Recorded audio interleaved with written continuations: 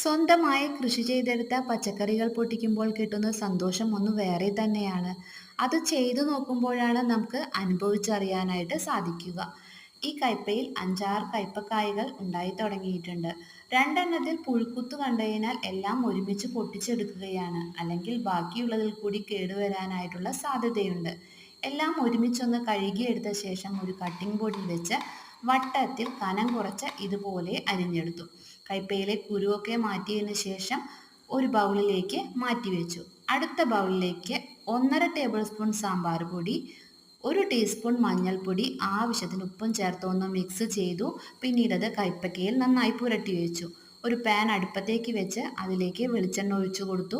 വെളിച്ചെണ്ണ തിളച്ചു തുടങ്ങിയപ്പോൾ അതിലേക്ക് ഒരു തണ്ട് കറിവേപ്പിലയും കയ്പയ്ക്കയും ഇട്ട് കൊടുത്ത് ഇതുപോലെ ഫ്രൈ ചെയ്തെടുത്തു. ഇപ്പോൾ നമ്മുടെ കയ്പയ്ക്ക വറുത്തത് തയ്യാറായിട്ടുണ്ട്.